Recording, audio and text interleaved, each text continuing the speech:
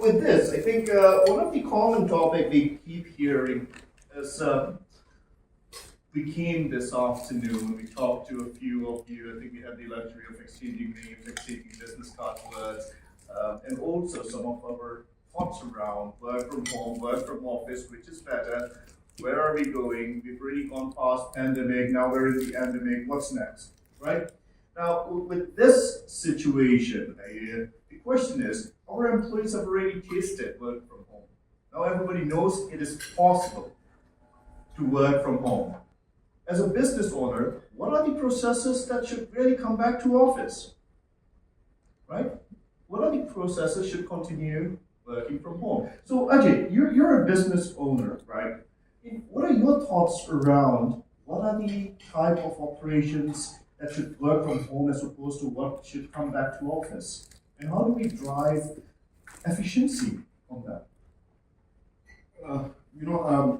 My first response would have been, processes where you can trust people on what they're doing. But I don't think that's the case anymore. With tools like ProHands, wherever people are, you know exactly what they're doing. On a lighter note, I hope spouses don't get hold of ProHands. They exactly know where we are or they are. So I don't think the trust part is a factor anymore. It's to me, there are a few things. One is resource availability. Where is the resource available? If you're looking for a particular kind of talent, instead of looking to bring that talent to, the place your office is, can be, if it's a specific talent, can we do it from where the talent is? Like I was telling somebody earlier at Summit Next, the organization that we currently run, we've actually stopped hiring in KL altogether because it's difficult to keep, especially the BPO resources that we're looking at. It's difficult to keep people in their jobs. So initially, it was a choice that we made when we started to have people here, but then the way it was working, it's the kind of hire them where the talent is, and they work from home. Two is the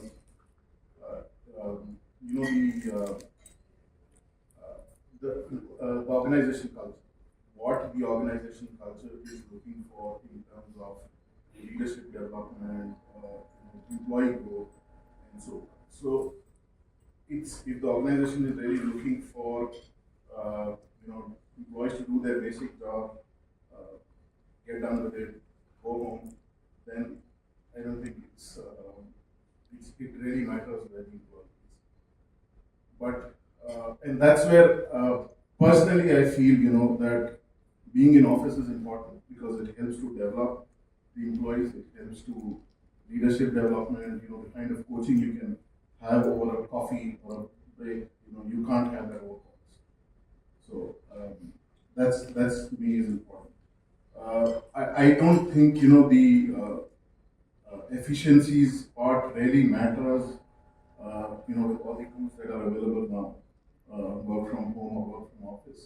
Personally, we've seen that with Summit Next that yes, the productivity may not be 100%, it may not be 95%, but the quality of resources that we get being work from home, even if you have to carry 10% additional staff, the benefits are much more bigger. So from our side, it's really the role which is the key. If it's a back-end role, yes, by all means can be work from home. If it's a front-end role, a sales role, then it has to be in office. I think all the other factors to a greater degree are irrelevant. Our industry, fortunately or unfortunately, is driven by what the clients demand, and we are happy to support that. Yeah. Otherwise, I think it's we think we get pretty much what we want. That's what I would say. Very nice, very nice. So a lot lot of it we think that we can do it from home. I think it's really a lot of client demands which we try to meet in between, where the client may demand a certain security background, making sure that it's a secure place, nobody visits it, driving those policies, or altogether wanting people to come back to work. But now people, if they come back to work, how are our policies and procedures actually, has that evolved? And Dina, you come from this background, right, where you manage people, you're into the HR world of this side. How has our policies evolved in supporting better efficiency and better outcome from our employees? Sure. So actually, interestingly, what you have mentioned, right? At least before I joined Credence, I was in DXC. DXC is where, interestingly, during pandemic, that was when all our accounts were green. For a very peculiar reason, the people who are working from home, we had very good efficiency. It was working very well. That normally actually created a lot more science behind to understand what happened. Few things that notably we understood. Number one, our cost on medical reduced significantly. People were not doing it. Everyone was focused towards looking at not getting COVID. Okay, they were there. But then what we also realized, the mental well-being and everything became better. Now, coming back to the policy, so what we felt was the policy has to be a bit more agile in the way that we cannot be very, we cannot enforce it to say, no, you have to be in the office 9 to 5. No. So the organization that where we come from, or what we are looking at, and how I'm looking at designing it, is actually purely output-based. It's very outcome-driven, in the sense that respective leaders have, or the respective managers set the KPIs very, very clearly. I think where it's very important that we feel the gaps keep happening is that there's no specificness of how you actually define the KPI. So for instance, if I say, I need you to do A, B, C, not mentioning D and E, then I don't get the full output. But what had happened is that we actually sat with managers, and then we started to understand a little bit more background to them. See if we can have a good relative outline of what is expected, okay, and then it should be okay that people can work. So then coming back to the policy, we were a bit more flexible, saying, okay, you can be 3 days at home, you can come back 2 days. On 2 counts why we wanted to do that also. During that point, it also helped the organization on cost optimization, especially on utilities cost infrastructure and all that. We realized during pandemic, when post-pandemic and we started coming, we actually encouraged everyone to work from home. One of the biggest pressure on us was cost takeout. And incidentally, we did not need to let go people. We looked at other ways of doing where we say the cost from infrastructure costs and all that became almost zero, and we saved a lot. But we focused on where people to say that now we are bringing efficiency, and because it's going very well, we maintain the policy. But going back to the question, is that policy has to be flexible. And it depends on the industry, say. So the industry I come from is that it gave, because of the flexibility, it gave a lot more reason for us to be successful. Interesting. So the policy, besides people and us being flexible and agile, the policy too needs to be agile. But there's an interesting point which you've raised, which I have also noticed during the pandemic. When the pandemic kicked in, when we had a global lockdown, we all started working from home. Everybody was very motivated to work from home. Everybody was online, on time, doing a lot of things, making sure to check all the boxes from the to-do. Efficiency went sky high, and then it crashed. Right. So with that comes my next question, and then it's to Adam. Adam is from a very interesting industry, right? Adam's from Food Panda, and one of the thing you'll find in that is that the seasonality of volume is not by months. It's not year over year. This seasonality happens at a day level, during breakfast time, during lunchtime, and dinner time. So during these type of seasonalities at a daily level, it becomes very difficult to keep optimizing schedules or workforce or work operation. You need to heavily rely on automation. How are you doing it right I would say like before pandemic, right? I mean, as in food industry, as you know, you have this lunch and dinner, and then I mean, seasonality. Like normally, you can just see it like on weekly level, but when pandemic came in, it becomes more challenging for us because we don't have that, lunch and dinner peak because during 2 p.m. to 5 p.m. we still have orders coming in and customers are still looking for, hey, where's my order? Now, post-pandemic, it becomes a challenge again for us. Now, I mean, applying different kinds of seasonality forecasts becomes very challenging for us. Not only taking into account this dinner, lunch, or dinner peak, but you also need to consider weather in your forecast. Why weather? There's a delay in order because it's raining or it's flooding right now in certain areas, which really don't have that much of information. So what we do in order for us to, and learning from all this seasonality and the forecasting methodology that we did, is we conceptualize how are we going to fight this kind of influx in our volume. So very interesting. I mean, if you know Minority Report, Tom Cruise movie. So what we do when we conceptualize our WFM tool is very simple. So when we have influx, we should be able to react immediately, and we should be able to know this information as soon as possible. So how do we do it? So it's not only workforce management who works into our forecasting, but we tap in our BI data analysts so they can help us out. Hey, what other forecasting methodology that we can do in order for us to improve this one? So we created our own WFM software in this, and I would say that right now what we can do is like when you go to our center, our workforce management and our RTA, or I would say real-time analyst, has this real-time projection. Maybe our accuracy range is within 80 to 85%, but during pandemic it's really went down to 30%. Imagine when we were projecting, let's say for example Taiwan, which is really high volume, we didn't know that it will rain at 7 p.m. We didn't know it will, and then it will halt at 7:30, and then it will rain again at 9 p.m. There was a certain situation wherein it will rain again at 2 a.m. and then our volume influx. So in order for us to combat this kind of problem that we have is that we need to have a real-time projection of our volume so that our key decision maker, like me, the workforce manager, and real-time analyst will be able to see, okay, we have an influx in our lunch. We can see that in our dinner peak, we will be able to have another influx by 10%.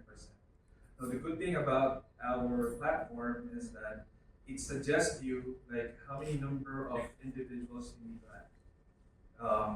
And it automatically triggers overtime. So what does it mean is that our system predicts, hey, there will be like an influx of 10% during this period of time.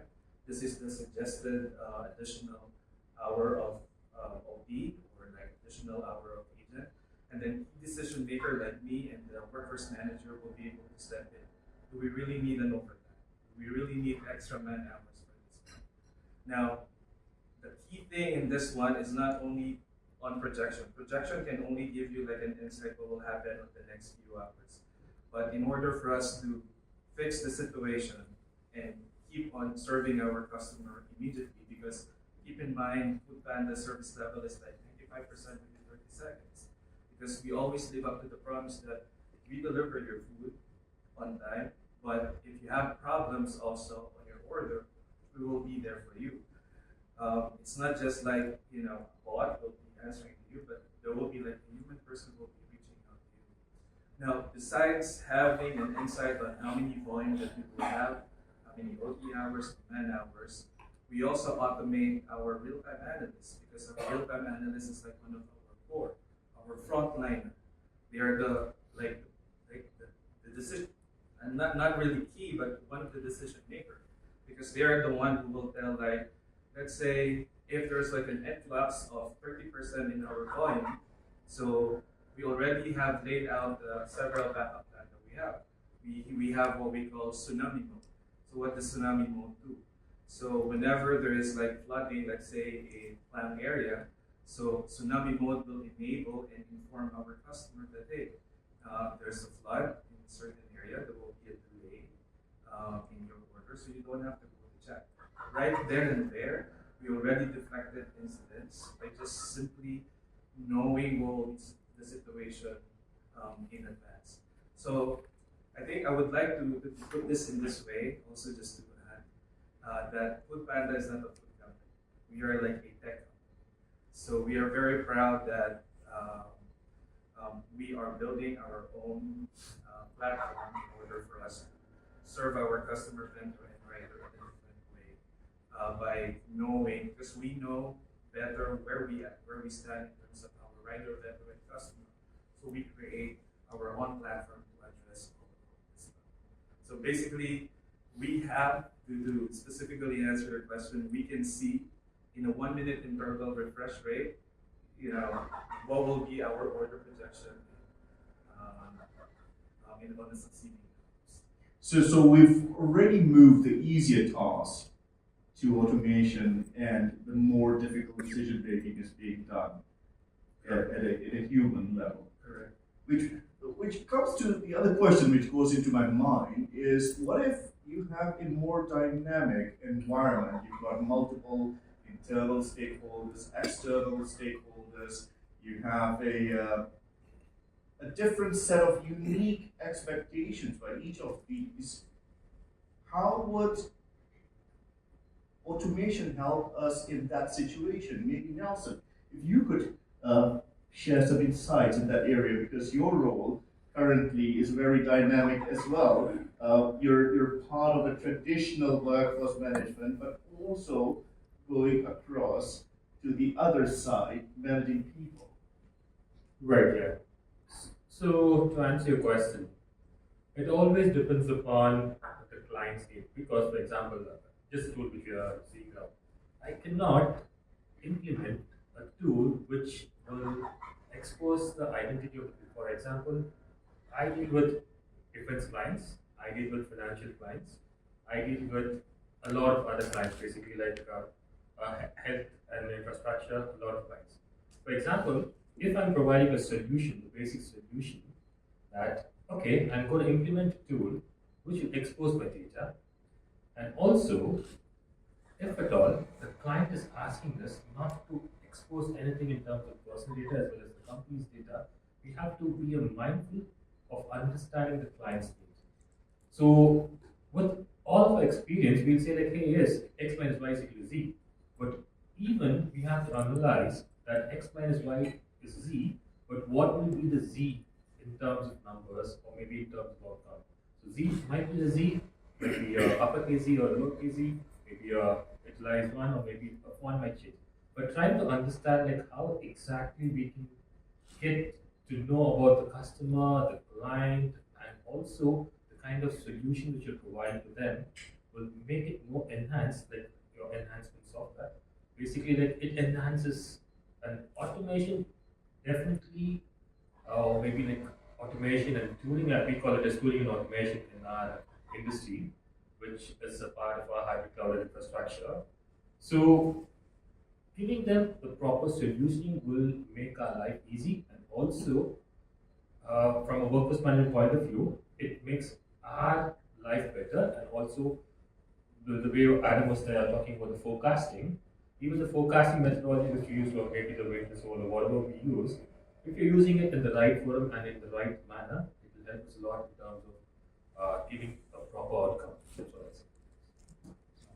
Very nice. So with that, if we look at it, that we've got different clientele, different requirements, different towers to look at from an industry perspective, it could be one way for us. I guess the key is, how are we enhancing our client experience, our customer experience? But then the other portion is looking internally into our business as well. Now, Ajay, you have an organization, you have implemented a lot of automation within your organization. Now, what were some of the trigger points, or what were some of the processes that you like, out of all of these hundreds of processes, I will start from here.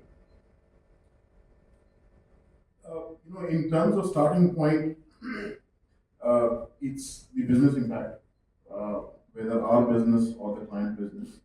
That's the starting point. What impact can we create, either in terms of the effort saved or the efficiencies increased. But from an automation standpoint, the way we look at it is practically everything can be automated. I have Nisa from part of my team. She takes care of business intelligence, and I keep telling her and some of my other team,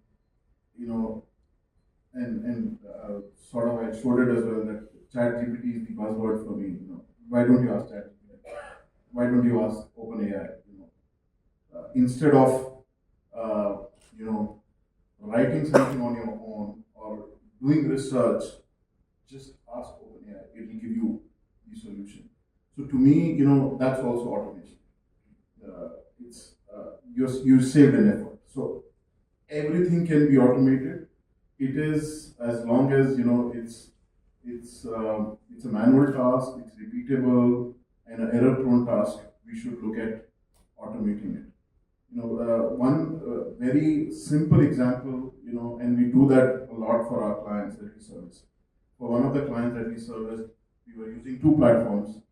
The agents were using two platforms. They had to copy certain data from one platform to the other platform. It was causing reporting challenges, reporting issues. Data was not correct, and agents were putting in more time copying data instead of copying data which was incorrect instead of making more calls and being efficient. And we've been working with this. Shrikant spoke about the freelancer economy. We've been working with this freelancer from Pakistan, and he automated that for us for $30. So it was just so much of a effort saved, so much of bother saved for our people, and ultimately our client was gaining out of it to more calls being made and getting more out of the same money that they spent. Simple things like recruitment. Recruitment, I believe all of us have huge challenge doing recruitment. And especially certain kind of talent. You reach out to people. If your recruitment team works during the weekday, most people won't answer calls. But so we found a solution where we could, the moment a resume comes in, the system would pick up the phone number and send a WhatsApp to them with a kindly link that please. And this is a system that's available off the shelf product. It sends them. So that's just an example, but practically, automation opportunities are there everywhere. We have to just not look at it as an automation that will automate the complete process. Even if it automates 5% of the process, the chances of error reduce. Any organization, any individual, any department should look at it. That's the way we want to operate, and we like to operate, and we operate as much as possible. And then, so what are some of the examples of processes that you've automated so far within your organization? I mean, these are some of the examples that I just mentioned. That with the Pakistan guy, we spent $30. He automated that recruitment. Instead of us trying to calling the people who applied, we just have a system which picks up the phone number and sends them a message saying, if you're interested, please pick up a schedule, 15-minute schedule, and talk to us. So those are, and there are numerous such examples. We've, being a small organization, we started implementing a HRMS platform when we were, I think 7 people company. But it's helped us to already automate our process, our payroll, our lead management. We are not doing anything manually tracking of Google Sheets and so on. So it's there. I always tell my team, this is what we should look at. Look at opportunities. And actually, I should mention that example. For one of our clients, we were doing social media management, and what it required was for us to observe the comments that were coming about their brand on social media, and it meant tracking over 50 Facebook groups. And it used to be a manual effort when that process came across from the client side. And again, the same Pakistan guy, he automated that for us. Would go on to the 50 Facebook groups and just dump everything into a Google Sheets. It just became easier for us. So, there are always opportunities to automate. Lovely, lovely. So, in general, we could automate anything, right? But how do we balance the need of automation versus the need of human interaction? I think earlier we've talked about how important it is to be able to sit with our colleagues, to sit with our leaders, to sit with our employees, have a cup of coffee, talk to them around performance, talk to them about ideas. How do we balance that? Dina, this is your area again. So to balance that, I think it's important. I think ingenuity is where I think bringing the team together actually brings out an idea. And I'll share with you what happened in Credence example. So because the overlay of Credence is actually with telecom, right? So we have SAP as a system. Now, whilst if I were to do it independently myself, trying to thrash this out, thinking how do we do this efficiently? Let it be a HR system. Let it see how do I do productivity or analyzing utilization. But what came about is bringing everyone to the table and then pointing it out. I think the creativity that came out from that was good. One thing happened. A few things happened. Sorry. One, we looked into SaaS as being the model because we want to create adjacency in the sense that what we felt was the organization looking at just as a traditional HR is not what we want to do. But we want to provide where a meaningful data, where the organization can use. So we implemented a SaaS model into successfully, and we did it in 45 days, to be honest, looking at the entire complexity of what Telecom Malaysia has, the systems and multiple dependency that we have. So we created that. But in the SaaS itself, we created another opportunity where we work with the similar to what Kohans has, which we spoke earlier. We're looking between Jira or ServiceNow, which is going to come as an overlay. Right? Once maybe something that we will discuss. Where this will give us enough input to understand what is the utilization, usability, and productivity. And the extraction of the data will come all the way from the SaaS product that we have, right? So example, like what Shri mentioned earlier, cost per person, LPI, labor productivity index, it's very critical in the organization to get in. Should it be at the extreme breach of the maximum range of the salary, then the organization is in trouble. Or do we look at creating a budget? So idea around that is that we want to identify which sites, the people as in cost, like what is the capability, what's the skill set, what kind of availability is there. Because we work on project and we know what's the runoff. Now, going back a bit more step further, this happened together with everyone else. We included the sales folks. They did mention, hey, how do we look at this then to support sales? So SFDC being a tool, and even at the point of where an opportunity comes about, the solution architect actually looks at it and understands and says, this is the opportunity that we have, this is the skill set that we need. Okay, when are they available? So traditionally, what used to be the case is that I'll speak to the resource manager. Do you have an Excel sheet? No. So now we are linking SFDC to let it be Jira or ServiceNow, maybe Fluence in that sense, and then to the SaaS model that we have. And the information that can happen was because holistically everyone came together. I would have seen it very myopically, maybe HR as a system. But then understanding the problem that how do we define utilization and productivity, that's when we spoke to the delivery folks. And then having the sales folks sharing their opinion, saying, hey, how do we do this? That's when, as much as we say, if we don't do it, it will be seen in silo. Of course, we can touch base and all that, but I think the essence that is being missed, if at all just we depend on the RPA, right, would be the creativity and the mindset of thinking of this. I think that's where this will end. So the creativity and the mindset will be missed with the RPAs. But the other thing which we probably want to keep in mind is with a number of different organizations internally, your internal stakeholders, your other clients, and multiple people supporting these different clients, we may start introducing variation in our processes. So doing the same task differently, right?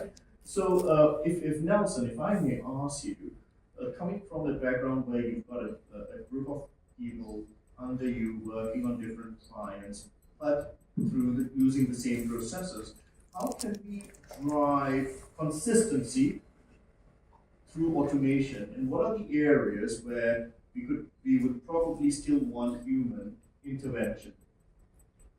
Right. So maybe a classic example of a real-time analyst. Coming from a telecom background in my previous company, we had almost like 20,000 or 25,000 calls waiting and as an outage. Basically, it's an Australian company, and we had, example, a bushfire. So 20 to 25,000 calls land in one contact center, basically a bridge. And now, if we don't have any automated process, because maybe in a traditional workforce management, the real-time analyst goes and then skills accordingly to the various, for example, we had like 10 different companies working for Telstra, and they had to go and set it up manually for all the calls which are landing here. Like Adam, because if it's a heavy rain, the calls pouring in will be like maybe 2 or 3 times more than the regular call flow. So if in case, like as he said, he has already automated that if we see a heavy call flow or a rain which is going to be projected, there's a small message which says that hey, we are projecting a delay, and it also gives the customer satisfaction.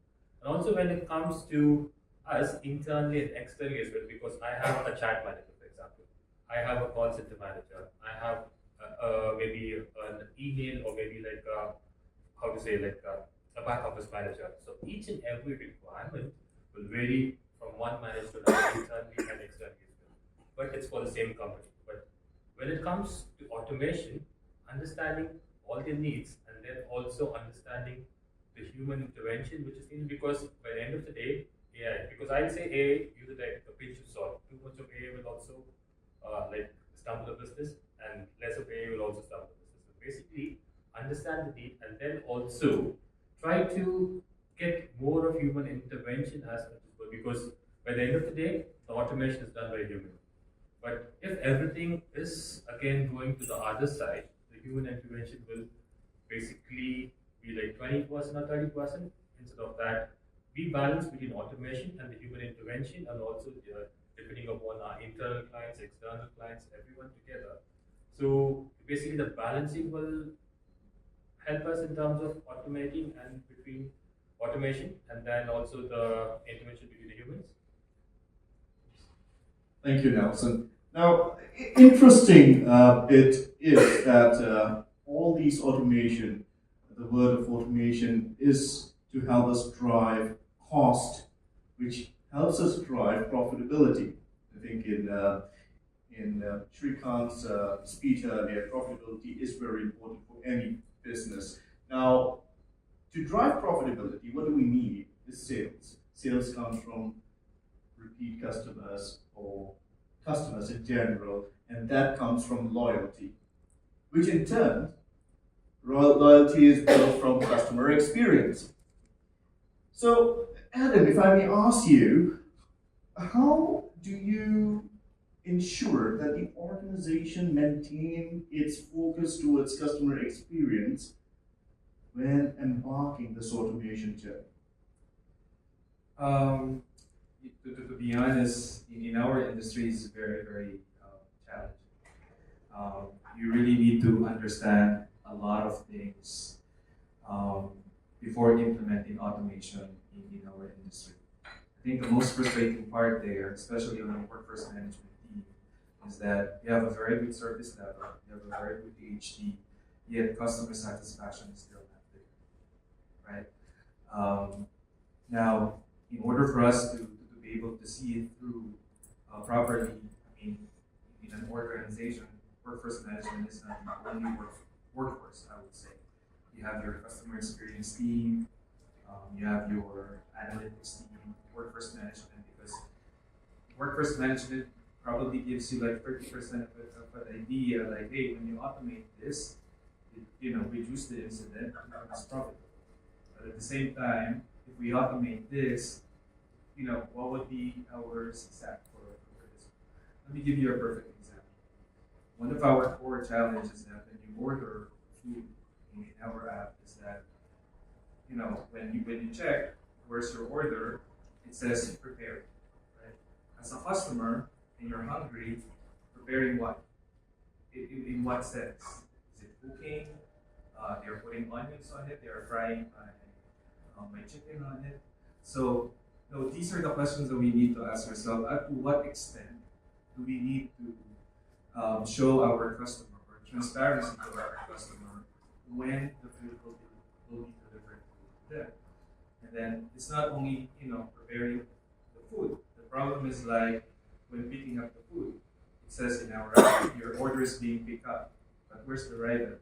Is he picking up the food from PJ to KL, which is too far, 20 minutes, and then before it will be delivered, it will be 40 minutes. Now, these are the core problems that we really have to look at. And I think I'm very proud because workforce management is vital in this decision making.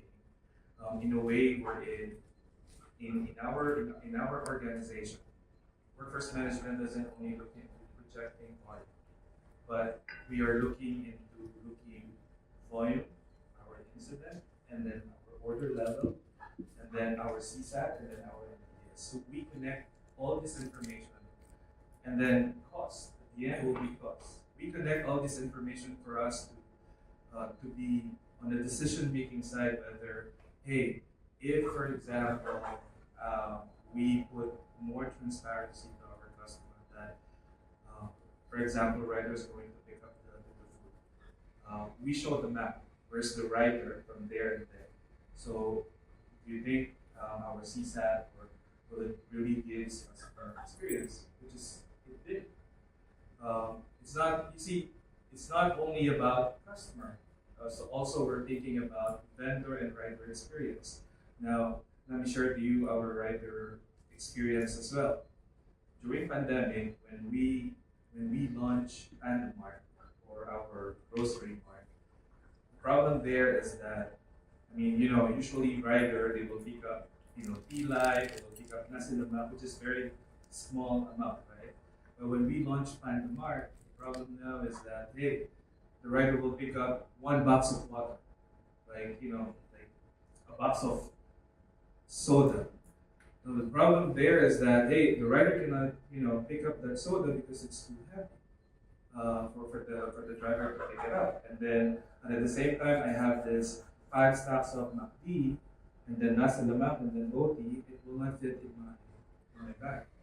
So in order for us to address the problem is that, hey, why not before when customer is going to select an order, whether it's food or whether it's a grocery mart, we automate so that the rider will be able to see, how many kilos he will be going to take.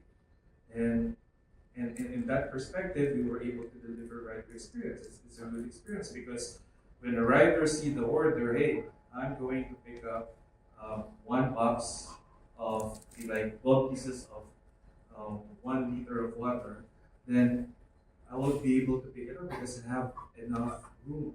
And then I can also pick up another order, maybe a nasi lemak, and then deliver it to the customer. So,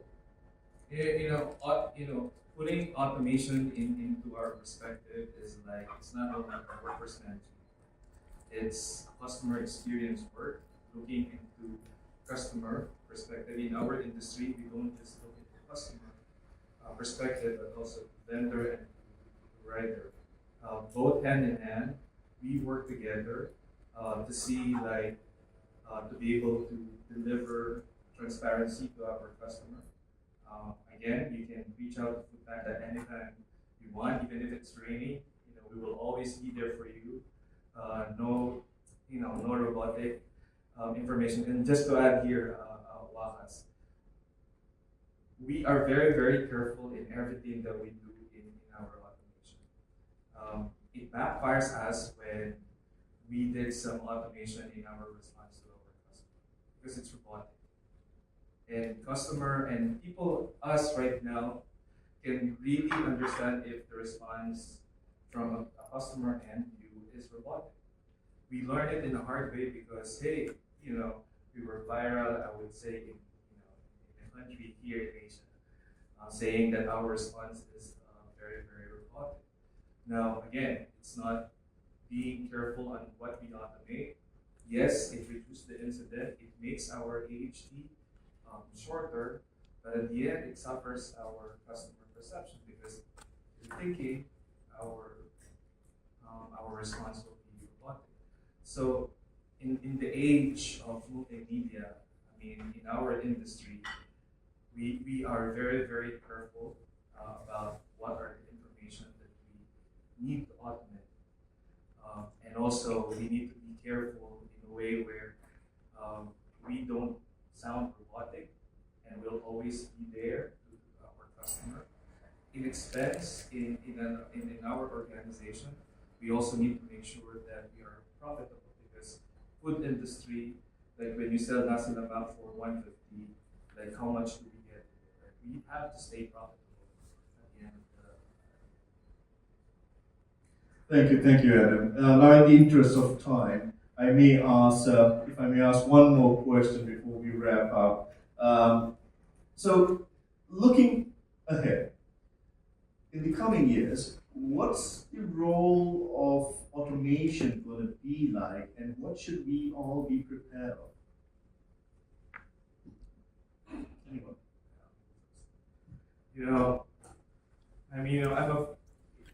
I just installed ChatGPT like a week ago.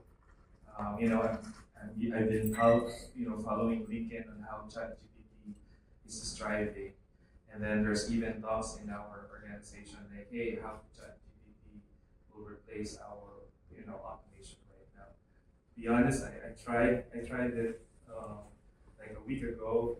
Before going in here, I asked ChatGPT, hey, very, very complex. Can you write me a speech in a forum where I can explain about forecasting, automation, and then provide me, very beautiful insights about how can automation affect. I'm sure the results surprised you very positive. Yeah, it only gives me like a 2-sentence response, which is really, really not good. I think for me, because I came from chatbot from another e-commerce company, I really don't think ChatGPT will replace any of the things in the next 5 years. Yes, it would help, right? But people nowadays, like in the age of people right now, when you go to MRT, they're opening their TikTok, they're all aware of what's happening right now. Yes, it can help an organization to build something really great, maybe a coding. Instead of hiring 20 developers, you only hire one, which is really good in ChatGPT, which resolve the problem. Right? But for me, I think 5 years, 10 years, it won't replace what our customer service agent can provide. Interesting. Actually, my thoughts are very different from it. I would say that it will not replace customer service, but it would really empower customer service to give more pertinent, more exact answers. And I think ChatGPT, all of us are going through a learning process. How to utilize ChatGPT. I've gotten better on it versus 2 months ago. How I utilize ChatGPT, and I very strongly feel ChatGPT and other similar tools are going to replace a lot of our work. I don't know how many of you know you can actually have a ChatGPT add-in into your Google Sheets, which will automate a lot of your formulas and stuff that you do on Google Sheets. So it's going to make a huge impact. That's what I think. Technology, yeah. Right. Maybe, how do I put it up? Okay, so there's one classic example in an Indian movie called Three Idiots. It's called, the professor will come and ask, what's the abbreviation of a mission or what's the meaning of a mission? So instead of going through the theory and the whole definition, this guy will just say like anything which reduces human efforts is a mission. So the same thing for automation, because anything which is going to reduce our work in terms of automation, that for the human, but we should also mention that whatever we are automating is for the betterment of us. It's for a human being basically. So anything which reduces efforts and then anything which enhances, that's what we have to use it. And if anything is going to take away the human maybe race from any point of view, I think automation should be stopped right there. But definitely automation is required, but it should be balanced. Christina? Interesting. So what I see actually, my son asking me this question when he came up, right? He's only 12-year-old, so some of him says, Dad, can I use ChatGPT? I said, no, don't even go there, right? But interesting, where I see what will happen is anything that is binary or regimented be something very quickly be replicated. That's what I see. Creativity is where I think, again, going back to where I mentioned earlier, will be the key part to that. So some of the key things that I actually encourage even my son or even myself to learn is experiential learning itself. And we cannot stop learning. Now, going back to what you mentioned, yeah, we've tried that and you actually can do it over the formula. You can put and then it can actually really help you a lot. Let alone Sri and I were discussing yesterday over dinner, right? We spoke about Ohio. That would be a big game changer because I think the AI and ML is the one that's going to funnel this, and that's where all this information, the data which is unstructured, is going to come. And over time, that's what rightfully you mentioned, year 1, 2, 3, 4, 5, it becomes more consistent. So the things that you look very binary, what you're going to ask, or what you expected to do, right, will start being like a question. So similarly, I may share with you. I think I heard you at EY, right? Yeah. So I started off my career also. I was with Arthur Anderson before, and then I was with EY. After that, Enron happened, of course. So I was doing tax. That was my first career path. But if I were to look at it now, and you all will know now, everything is automated already. So the folks then, when we used to do calculation and all that, that was then. But now the velocity of change is so high and so fast that because of the technology itself that's coming into play, it puts a lot of fear in me itself. So that's why I'm saying, so we have to emphasize not only ourselves, but also the generation to come, to be more creative and be experiential in learning itself. I think that is where it's very important. Yes, of course, the fear is big, of course, for sure. Lovely. Now, to sum that up, I think automation, there's no running away from it. It will happen, right? It's adopting it, being fast enough to utilize it to our advantage. But the basics still remain the same. It is profitability, it's the customer experience, it's efficiency, while technology is the enabler that we will all need to go through to get better, right? With that, I think I would like to open the floor to any questions, if we have any. Or we have a hungry crowd that needs to eat dinner. Or thirsty, yeah. All right. If there are no questions, thank you very much to all the panelists. Thank you very much for the insights, and looking forward to speaking to all of you again over dinner.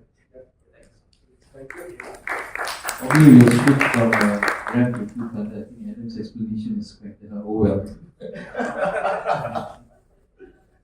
Thank you.